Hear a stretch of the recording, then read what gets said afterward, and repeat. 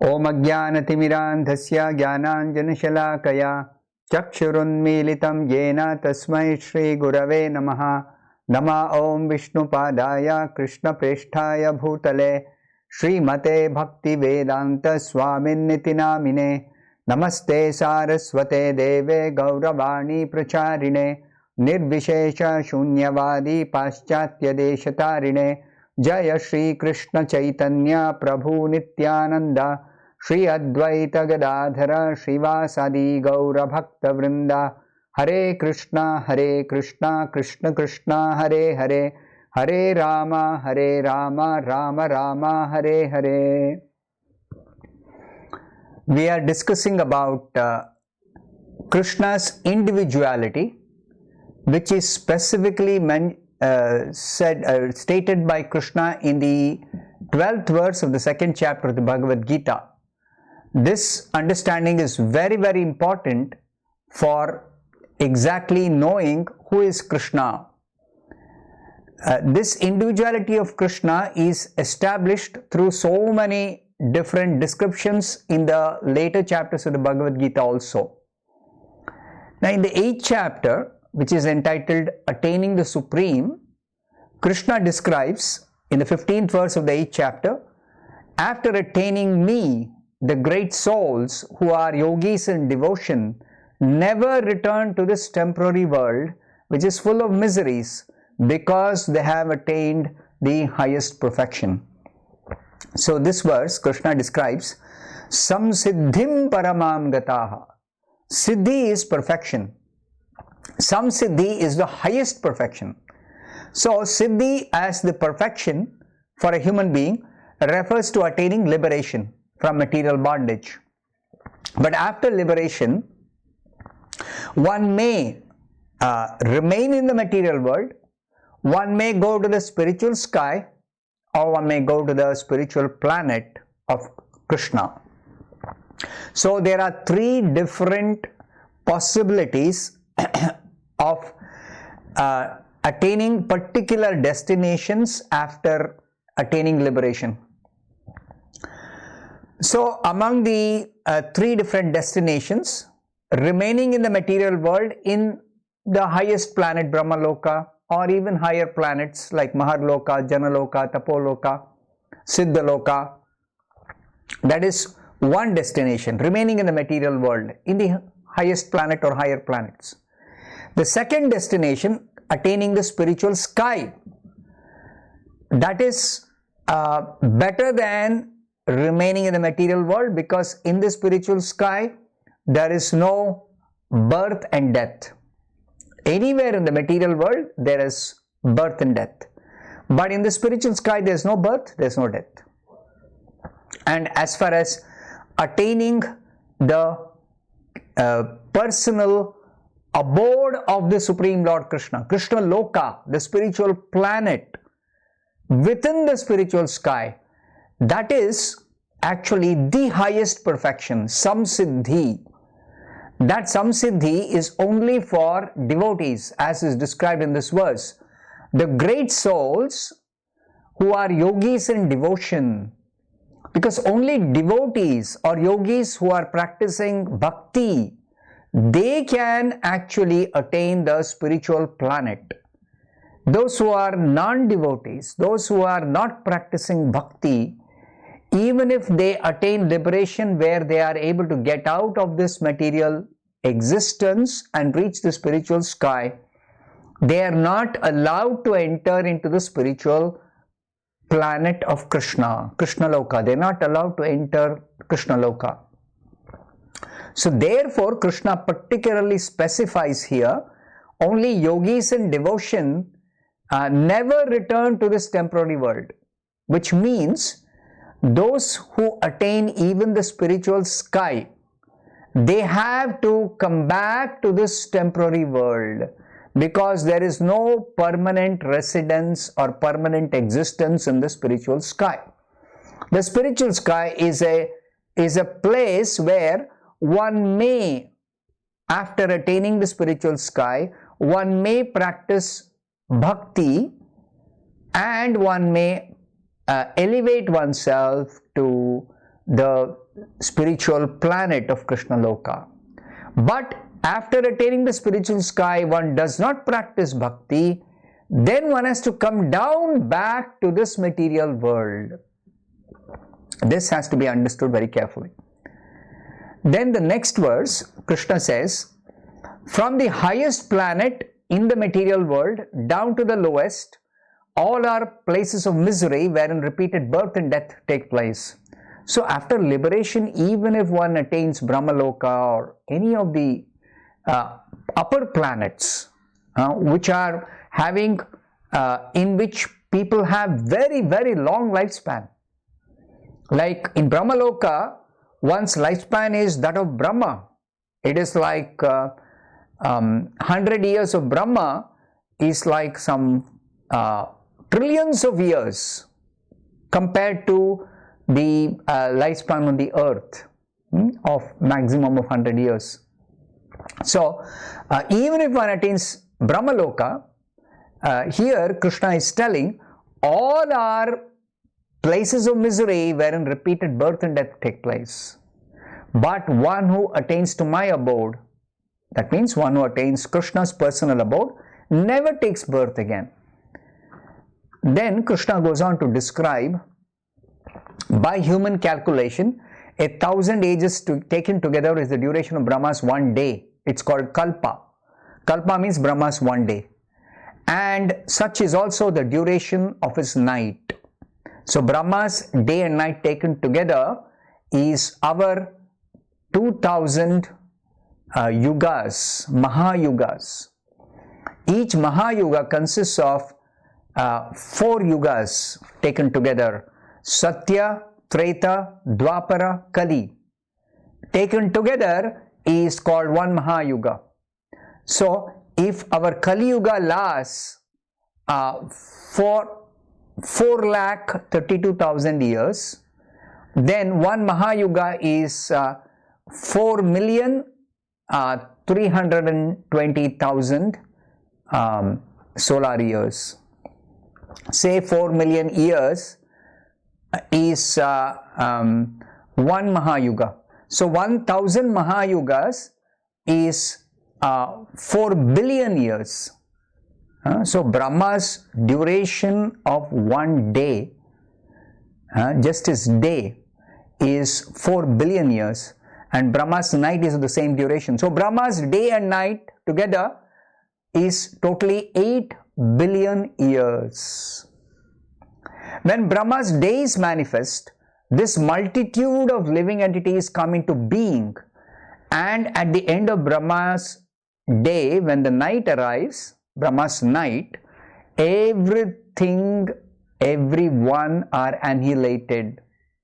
So there is one dissolution that happens at the end of Brahma's day when Brahma's night arrives, and everyone has to give up their body except the residents of Brahmaloka. In any case, everyone has to enter into the body of Vishnu during Brahma's night. Again and again, the day comes and the host of beings is active. Again, the night falls. They are all helplessly dissolved. So, there is dissolution at the end of Brahma's day when the night comes. There is no escaping this for anybody. Even though Brahma does not die or the residents of Brahmaloka don't die, but still they cannot remain in the Brahmaloka. They have to enter Vishnu's body. They go to sleep. The residents of Brahmaloka go to sleep within the body of Vishnu. And that sleep, the duration of that sleep lasts 4 billion years. 4 billion years. Again, the next day, Brahma wakes up and he has to begin creation. That means he has to begin to give bodies to different living beings other than those residents of Brahmaloka. So Krishna is describing here to help us understand that this is the material world, nature of this material world, material creation. And in the 20th verse of the 8th chapter, Krishna describes, yet there is another nature which is eternal, which is transcendental to this manifested and unmanifested matter. It is supreme and is never annihilated. When all in this world is annihilated, that part remains as it is. See, Krishna is describing the supreme spiritual world, which is transcendental, which is eternal, which remains as it is even when everything in this material creation is annihilated. That portion remains as it is. It's never annihilated. It is eternal. Further, Krishna says in the 21st verse of the 8th chapter of the Bhagavad Gita, that supreme abode is called unmanifested and infallible. Unmanifested and infallible. And it is the supreme destination. See, again, the word supreme destination. Samsiddhim paramam gataha. Here, tamahu paramam gatim. Paramam gatim. Paramam gatim means the supreme destination. There is no higher destination than Krishna's personal abode, called as the Supreme Abode. And Krishna says, when one goes there, he never comes back. That is my Supreme Abode. So in the purport, Srila Prabhupada describes the Supreme Abode of the Personality of Godhead Krishna is described in the Brahma Samhita as Chintamani Dham, a place where all desires are fulfilled. How are the desires fulfilled? In that Chintamani Dham, Krishna's personal abode, Krishna Loka, also called as Goloka Vrindavana, there are trees called desire trees which supply anything on demand. And there are cows known as Surabhi cows which supply a limitless supply of milk.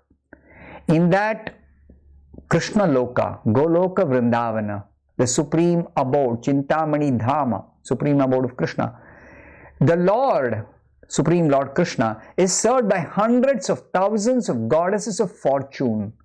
Lakshmi Sahasra Shata Sambrahma Sevyamanam. Krishna is called Govinda, the primeval Lord, and he is the cause of all causes. He is accustomed to play his flute, Venum Kvanantam. His transcendental form is most attractive. His eyes are like the lotus petals, and the color of his body is like the dark clouds. He is so attractive that his beauty excels thousands of cupids.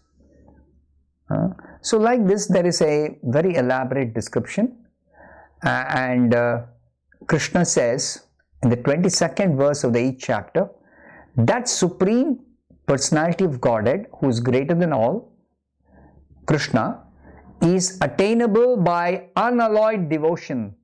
Although he is present in his abode, he is all-pervading and everything is situated within him. Krishna is simultaneously in his personal abode, personally present as a supreme person. At the same time, he is all-pervading in this world and everything is situated within him in his energy. So, after hearing about this, let us try to understand Krishna's individuality as described and experienced and realized by great devotees described in the Srimad-Bhagavatam. One such extraordinarily great devotee, Markandeya Rishi, his description is there in the 12th canto of the Bhagavatam. So, there is a question raised by one Shaunaka Rishi who is inquiring from Suta Goswami. That's how the Bhagavatam begins. So, Shaunaka Rishi is inquiring from Suta Goswami. Authorities say that Markandeya Rishi, the son of Mrikandu, was an exceptionally long-lived sage. He was exceptionally long-lived because He was the only survivor at the end of Brahma's day. I described at the end of Brahma's day, nobody survives. But at the end of Brahma's day, he was the only survivor in the entire universe. When the entire universe was merged in the flood of annihilation. But the same Markandeya Rishi, the foremost descendant of Bhrigu, took birth in Shaunaka Rishi's family during the current day of Brahma. Present day of Brahma, this Shaunaka Rishi's family, this Markandeya Rishi has taken birth. And during the current day of Brahma, there has not been any flooding of the total universe. Not at all. Because presently, we are in the middle of Brahma's day. The 7th Manvantara is going on. In one day of Brahma, there are 14 Manvantaras. So now we are passing through the 7th Manvantara. So in the 7th Manvantara, middle day of Brahma, this present day of Brahma, when Markandeya Rishi has taken birth in the beginning of Brahma's day, present day, there has not been any total annihilation. Yet it is said he is such a long-lived sage that he survived the universal flooding. So I am little confused. Shaunaka Rishi is telling Sutta Goswami, it is also described that Markandeya Rishi, while wandering helplessly in the great ocean of annihilation, he was not destroyed, he was not killed, he was somehow wandering, and he saw a wonderful, beautiful personality. An infant boy lying alone within the fold of a banyan leaf.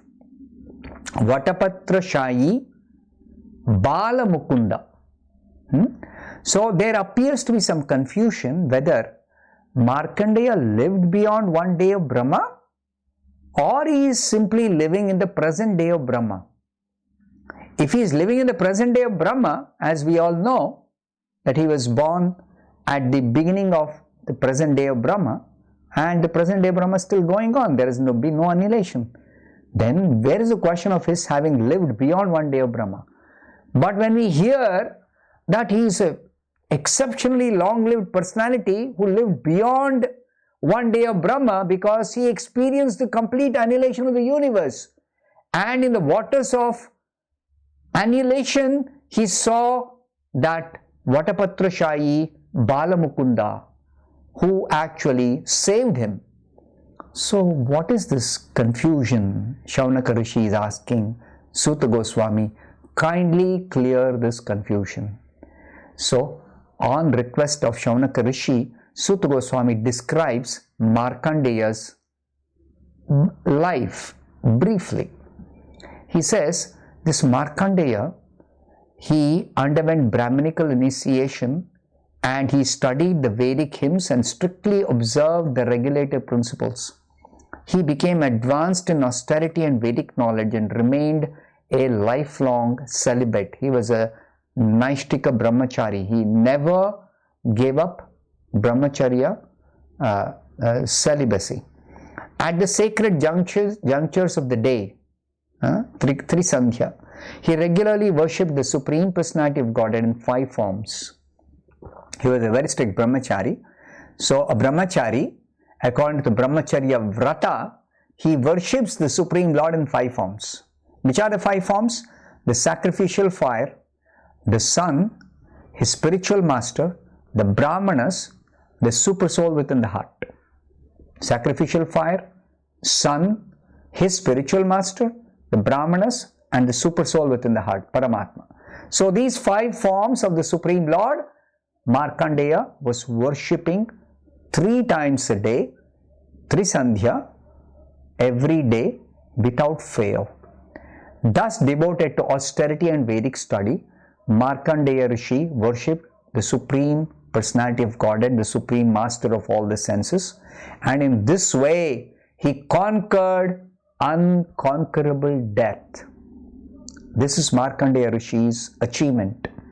In this way, the devotional mystic, see, devotional mystic means he is practicing strict yoga where he is performing severe austerities, tapasya, but it is backed by devotion.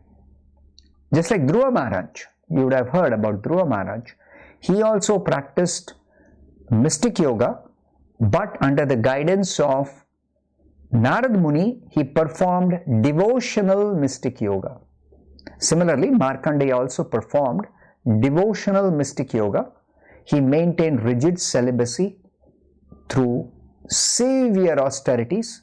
He studied the Vedas and was perfectly situated in self-discipline, while he concentrated his mind in powerful yoga practice. 6 manvantaras passed by. It is very, very unusual somebody will sit in meditation and perform such powerful practice, yoga practice, concentrating the mind without distraction for the period of 6 manvantaras. So during the 7th manvantara, the present manvantara, Sutta Goswami is describing, Lord Indra came to know of Markandeya's austerities, and Indra became fearful of his growing mystic potency. Indra always has got a fear that somebody else practices austerity and is able to accumulate more punya than what Indra has got. Then such a yogi can replace Indra's position, can replace Indra in his position. So what did Indra do? To ruin the sage Markandeya's spiritual practice, Indra sent Cupid along with beautiful celestial singers, Gandharvas, and Apsaras, dancing girls, beautiful dancing girls. Cupid, the master of many heavenly women, came there holding his bow and arrows. He was followed by groups of Gandharvas playing melodious musical instruments and singing with a very, very sweet voice. These servants of Indra found the sage Markandeya sitting in meditation, having just offered his prescribed oblations into the sacrificial fire. His eyes closed in trance, he seemed invincible, like fire personified. He was like very, very, he had the Tejas, Brahma Tejas, because of his severe austerities. The women danced before the sage, and the celestial singers sang to the charming accompaniment of drums, cymbals, veenas. Then there was this Apsara, Punjika Sthali, made a show of playing with a number of toy balls. Her waist seemed thin waist, seemed weighed down by her heavy breasts, and wreaths of flowers in her hair became disheveled. As she ran after the balls, glancing here and there, the belt of her thin garment loosened, and suddenly the wind blew away her clothes. This basically trying to distract this Markandeya Rishi from his tapasya. This beautiful dancing girl is trying to seduce him. Cupid, thinking that he had conquered the sage, shot his arrow. But all these attempts to seduce Markandeya proved completely futile, useless. Markandeya was unmoved. When Cupid and his followers tried to harm the sage, they felt themselves being burnt alive by his potency. Then they stopped their mischief, just like children who have aroused a sleeping snake. This is the description in the Bhagavatam. So the followers of Lord Indra had impudently attacked the saintly Markandeya, yet he did not succumb to any influence of false ego. For great souls like Markandeya Rishi, such tolerance is not at all surprising. So we'll continue. I'll continue this story tomorrow. Now let us take some questions. I've accumulated quite a few questions. So let me take some more questions today than what I have been answering. Here is a question. This is 3 days back. how by exercising control over one's senses one can overcome sense gratification? Yeah, it's a good question. Sense gratification means generally we try to become happy by satisfying the demands of our senses. But simply trying to satisfy the demands of the senses, the five senses, and trying to become happy in that way is actually meant for animals. This is what the scriptures say. So that is not the way of attaining happiness for humans, civilized human beings. So for civilized human beings, the scriptures say you have to control your senses and not yield to their demands. So how, by exercising control over our senses, can we overcome this business of sense enjoyment? The exact reply is given in the Bhagavad Gita, param drishtva nivartate, that by experiencing a superior spiritual taste of transcendental joy in Krishna consciousness, one can actually exercise or restrain the senses and avoid sense gratification. For example, generally people are accustomed to hearing nice music and thereby seeking some pleasure of enjoying some very melodious music. But instead of simply hearing to songs or music which is disconnected from Krishna, if one tries to hear Krishna's glorification in the form of Krishna bhajan, Krishna kirtan, Krishna's glorification beautifully done by great devotees and sung melodiously in the form of a very nice bhajan, then the pleasure of hearing Krishna's glorification is actually controlling one's senses. So by engaging in activities of bhakti, where one satisfies one's tongue by tasting delicious prasadam, Krishna prasadam, one satisfies one's ears by hearing nice, beautiful descriptions about Krishna's pastimes, hearing Krishna's glorification in Krishna's bhajans, form of Krishna's bhajans, and seeing the beautiful decorated deity of Krishna with one's eyes. Like this, one can exercise simultaneously control over one's senses and also overcome sense gratification. Next question. Krishna is Supreme Superman or Superman is shadow of Supreme Lord Krishna? Actually, Krishna is not at all a person of this world. Krishna belongs to the spiritual world, and even in the spiritual world there are devotees and there is Krishna. Krishna is a supreme personality even in the spiritual world, even among the devotees. Now, the so-called Superman or any person who has extraordinary power, of course the Superman that is shown in the serials or whatever, the comics or whatever, comic strips, that Superman is not a real person. But there are yogis who have extraordinary power. There are personalities in upper planets who have millions of times more power than any powerful person on the earth. But even they are getting all their power from Krishna. Krishna is unlimitedly powerful, and all power belongs to Krishna, all strength belongs to Krishna, all wealth belongs to Krishna. So Krishna actually bestows upon different persons different amounts of power, different amounts of strength, different amounts of wealth. So all wealth belongs to Krishna, and whatever we may have now, or anybody has at the present time, is actually what is belonging to Krishna and bestowed by Krishna. Next question. Are all Ekadashi fasts to be observed from sunrise to sunrise of the particular geographical location?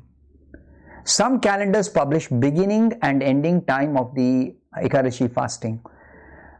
Could these calendar time be ignored? Good question. Actually, this Ekadashi fast, the scriptures say you have to observe from depending on the particular location, from a particular sunrise till the next calendar day, till the next sunrise, up to a particular time. This timing is specifically mentioned in the scriptures. So that duration of the what is called as Ekadashi Tithi. Ekadashi Tithi is based on the phases of the moon, whereas our day calculation is sunrise to sunrise. So anyway, some calculation is there, but we don't observe that in our Krishna consciousness movement. We don't observe according to the duration of the Tithi. Prabhupada has given us a simple formula from sunrise to sunrise.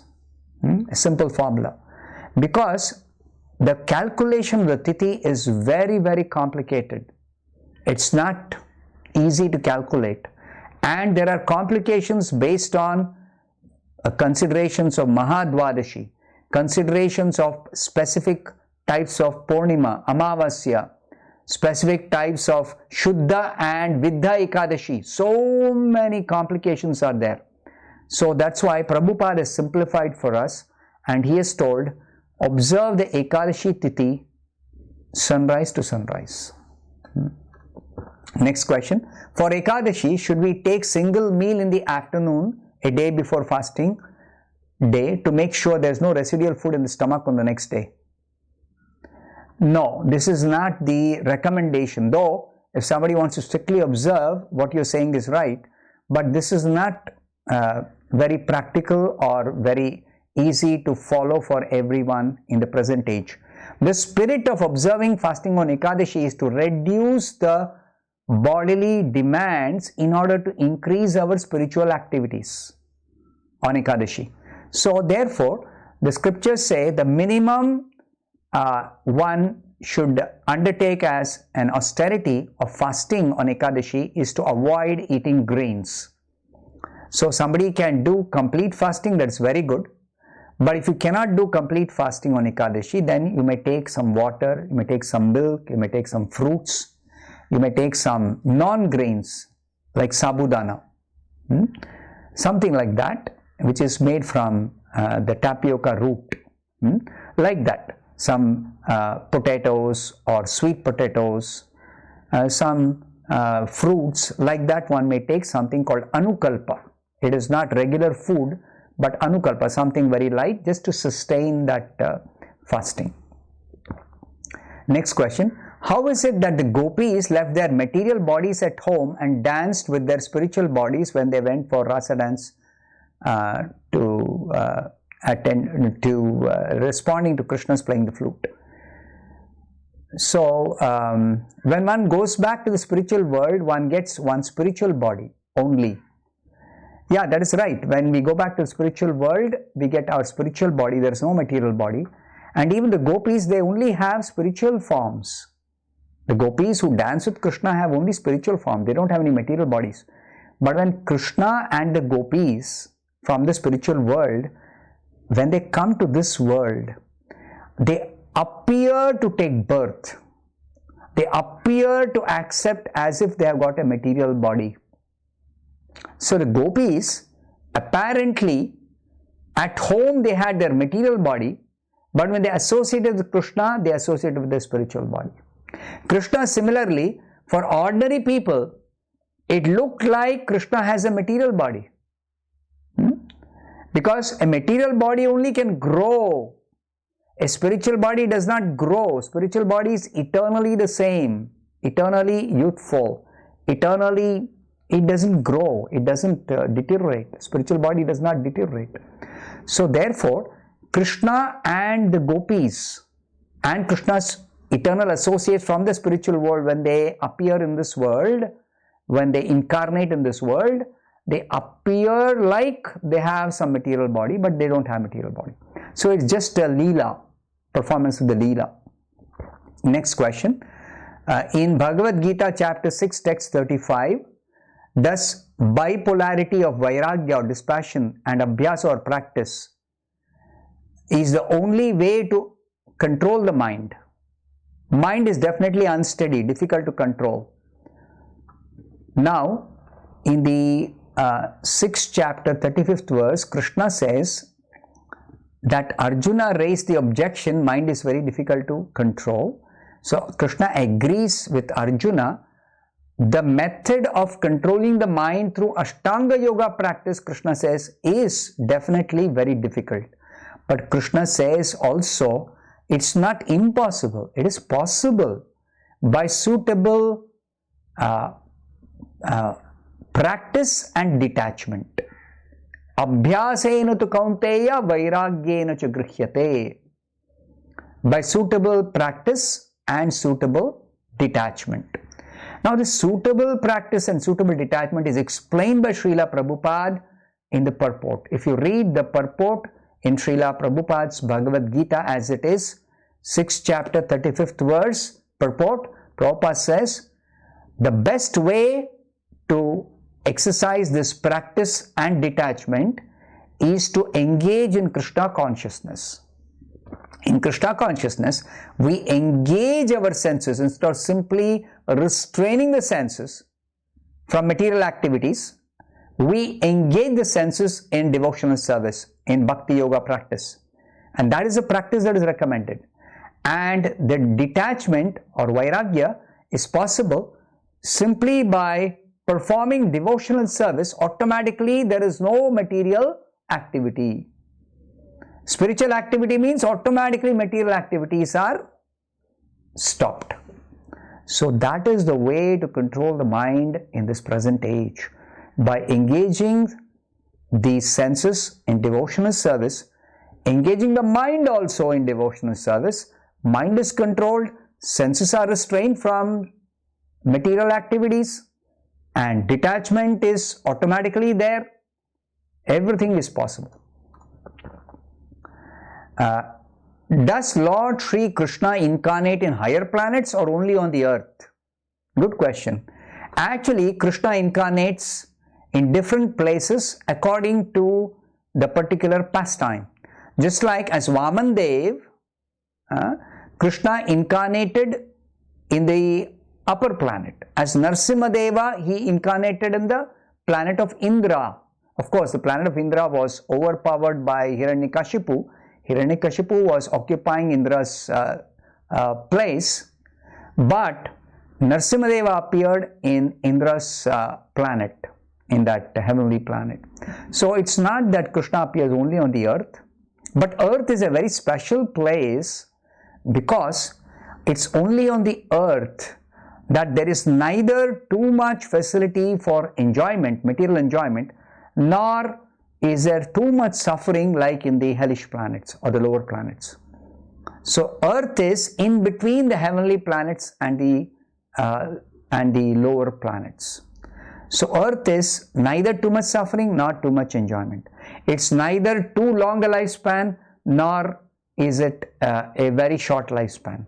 So it is like the ideal situation in this material universe, the earth planet. And only on earth is there this human form of life which is meant for following the varnashrama dharma. This is explained in the 5th canto of the Bhagavatam.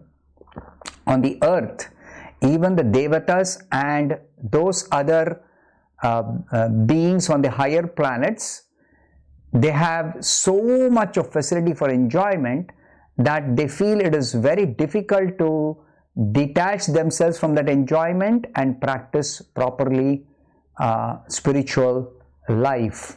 So therefore, they desire to take birth on the earth as a human being in their next life, so that very easily they can practice this bhakti yoga on the earth planet, in this human form on the earth planet, and very easily they can achieve perfection in a very short time. Because compared to the lifespan on higher planets, on the earth we have just about 100 years. In the upper planets, they live lakhs of years, millions of years, crores of years compared to our lifespan. So, but in spite of that, they cannot easily get perfection as we can get on this earth. Therefore, human form of life, civilized human form of life on the earth is a special benediction. So, I will stop here. Thank you very much. Hare Krishna.